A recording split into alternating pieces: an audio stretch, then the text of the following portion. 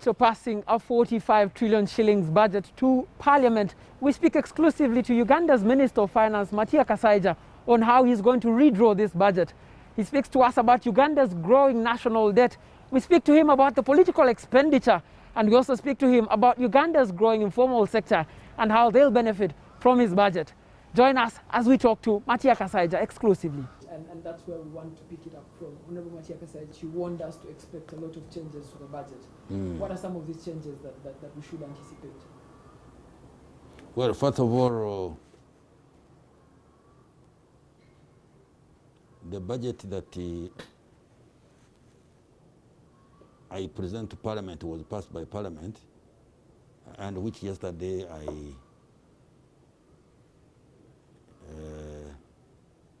enrolled or put apart,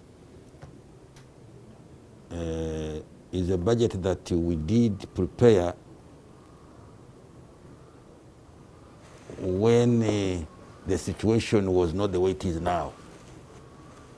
What people now you are calling the new normal, the new norm. The assumptions were that it would be the same way like this passing financial year. But as you realize, that's not the case now. Many things have taken place that may require addressing and therefore readjusting the budget. That's the background to this, and I made that very clear when I first presented the estimates and the revenues in Parliament some time back. Now, areas that are likely to, let me talk on the issue of revenue. Definitely, although we are talking of 45.5 trillion, and we are talking of a revenue of 25 trillion, we may not be able to achieve that in these coming 12 months. So consequently, we may have to reduce that figure with the 25 trillion. Do you have an indication of how low? No, I can't guess now. We don't know. We shall sit down and work out after watching what has taken place between April and June. We haven't done the analysis yet. Now that is on the revenue side. But of course we have already taken steps by either borrowing, because we've seen the stream of revenue was not according to target even during the last quarter of this financial year. So we've taken steps to fill gaps, and these gaps are being filled by either working with our development partners to give us some grants, but much more to lend us money on concession terms, if possible. So that is on the revenue side. Now on the expenditure side, things also have changed. As you heard me and you heard the President, emphasis must change now. This COVID, as I said, and the President during his State of the Nation address, it has given us an opportunity to re-examine how we are running the economy, particularly in the question of production.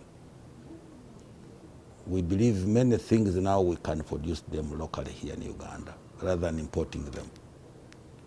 So that will call refocusing the allocations.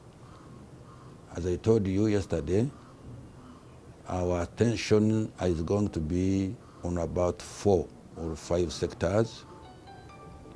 One is going to be on agriculture, because that's the principal economic activity that affects most lives in Uganda. But 2, we have a very good competitive advantage in agriculture. So that means looking at things like reorganizing the farmers into cooperatives or groups. It calls for things like inputs in agriculture, like fertilizers, which hitherto we've not been giving much attention to. The question of seed and the question of extension service in order to increase both productivity per human, per farmer, or per piece of land, but also production in volumes. I just wanted to hold you there. One of the things that we've learned in the pandemic is that the global demand has also been suppressed. Have you taken into consideration the I will come to that. Yes, I will come to that. I will come to that. I will come to that. Yes, it has, but for some products, but others the demand has increased. Maybe let me answer that question straight away. The demand for coffee is going up. The demand for flowers, very interesting enough, is going up. Demand for other food items within the region is going up. So we are not going to be increasing productivity just for the sake. No.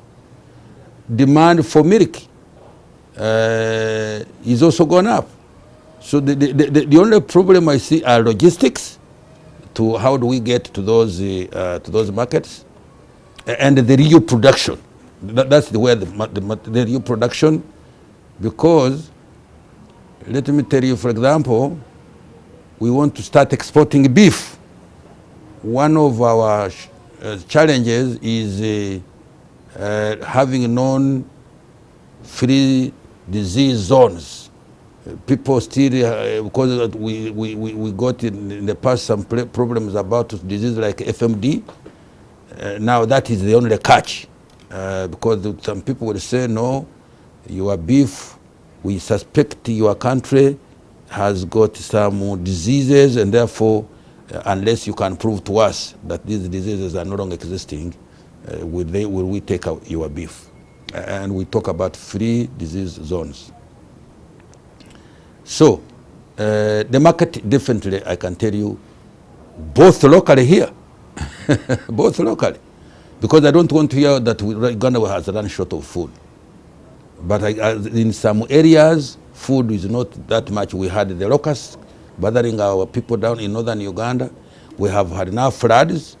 Gardens definitely have been washed away, as you know very well. So the demand for food, even locally, is there. But including our neighbors, you know, our biggest importer of Ugandan food is Southern Sudan. The Southern Sudan are still they're still trying to organize themselves, so they will need that food. But even Tanzania recently we have been dealing with them. We are exporting sugar there now. I'm sure Rwanda must be the same story. Kenya, the same story. As long as we can sort out ourselves as a community, because we have had at times some challenges in blocking exports from Uganda on these agricultural products, and then people preferring to import them from outside the East African community. But that one we are sorting out. If I could ask one last question on demand. 1.5 million people who live in Kampala and Wakiso have suffered the effect of the lockdown. They haven't been able to go to their workplaces. So you are saying, will they have the income to buy the food? Yes, have you tested the ground and seen that these people have actually demand power? But that's what I said yesterday when I talked about removal of taxes or reducing taxes. When I talked of giving money to people to go and produce. When I said income tax is frozen for this kind of period, and so forth. So we believe that money will now go and saturate within the communities and then increase their purchasing capacity, what we call purchasing power.